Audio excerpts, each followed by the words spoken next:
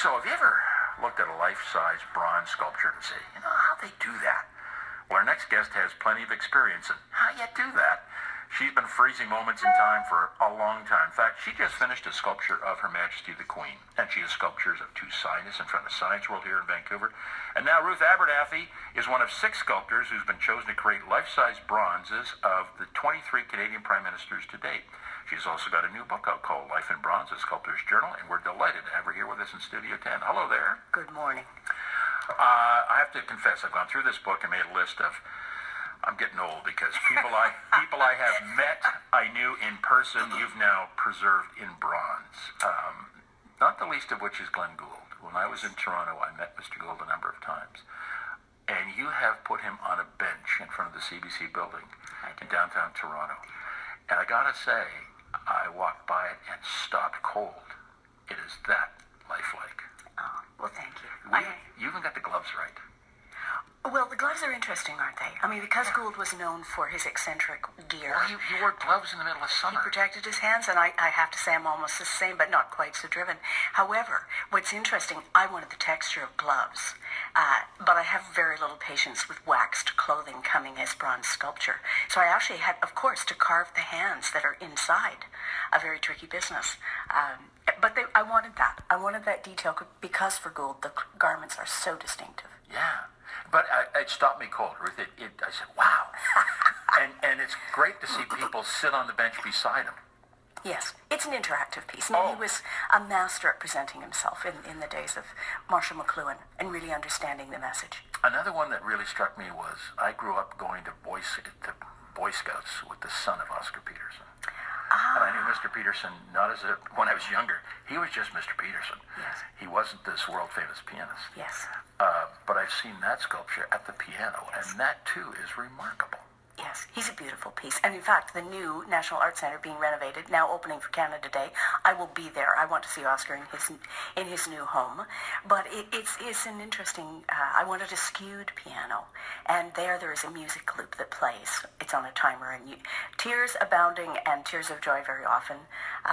He was a very spectacular project. Another remarkable one that I covered, as a sportscaster, I covered equestrian events.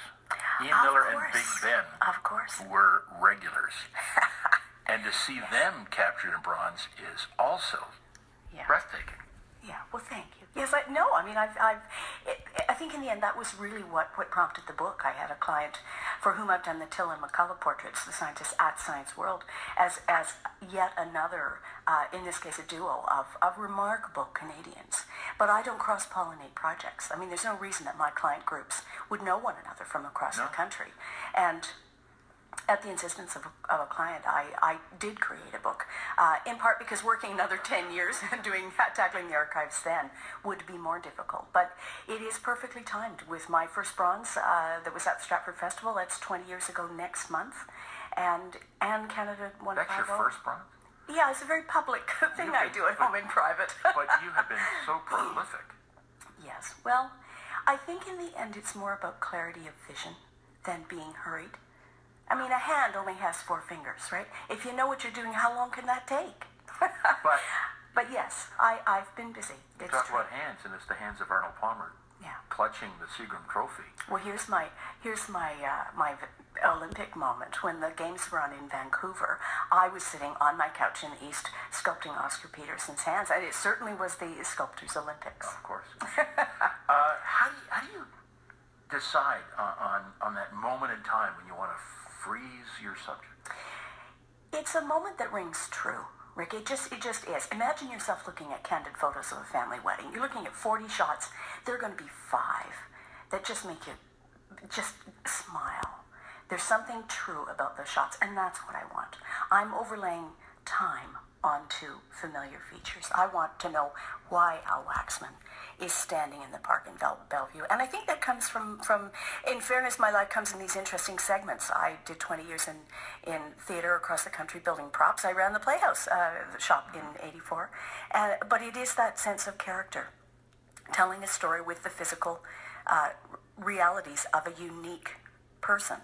And actors on stage telling stories with their physical presence. If they weren't doing something remarkable, Any of us could do it. And it's that. Not any of us. A very special few of us. Well, but it is. It's the narrative of character. Do you have a favorite?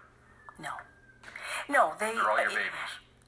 They represent different aspects, I think, and I'm lucky enough to spend time with these characters in a way that is humbling. Are you kidding me? I mean, I've got a heady list of people who dwarf my efforts. You know, the head of the foundation, the Gould Foundation in Toronto, earlier, you know, we decided that we all live in the shadow of Glenn Gould, but I would think that that's fair of any of those characters. Now, you've just done the Queen. How cool is that? How cool is that? Yes, she was remarkable. I mean, I would offer that when I did Glenn Gould, everyone thought I was still building props at the Stratford Festival. There was the phone didn't ring. There were no expectations except my own. And as time passes, that's something that you really have to make a conscious effort to set aside. I still have my own expectations to meet, but yes, how cool is that? She was an amazing subject. I'll bet she was. So now you're on this project, sculpting the prime ministers. Yes, one of a team, which is an interesting endeavor, just because seldom, I mean, I often joke that sculptors, portrait sculptors, are a bit like brain surgeons. If you have a good one, you're not supposed to need a second one. No, but and also and it's lovely to collaborate because... It's a solitary thing, too, yes. And now you're going to work with a team. Well, in essence, yes, but the work is still solitary. There are, I'm hoping I can get all the names right. Morgan MacDonald, whom I know is in St. John, Newfoundland, St. John's, and then there's two fellows whose names I will probably not get right from New Brunswick, a team that are lovely. We've done a couple of conference calls with them. I'm the local girl. The Prime Minister's Walk is actually in our local township. It was a concept to come up, two local men, one an entrepreneur and another a retired high school principal with whom I'd done a prior portrait. And they, having spent time in Europe with their kids, decided that we really needed to do this. And it isn't just the kids who couldn't name the Canadian prime ministers, I might add. So yes, and then Henderson is in Alberta and Nathan Scott in just outside of Victoria. So best of luck with this project. Well, thank you. It sounds very exciting. Thank you. Thanks for coming in. My pleasure. Ruth Abernethy, one of the sculptors selected for the Prime Minister's Educational Resource and Statue Project. She's going to be at Indigo Chapters, Broadway and Granville on Friday of this week, then at Indigo Stores in West Vancouver, downtown Vancouver on Saturday. We've got a copy of Ruth's gorgeously illustrated coffee table book, Life in Bronze, a Sculptor's Journal.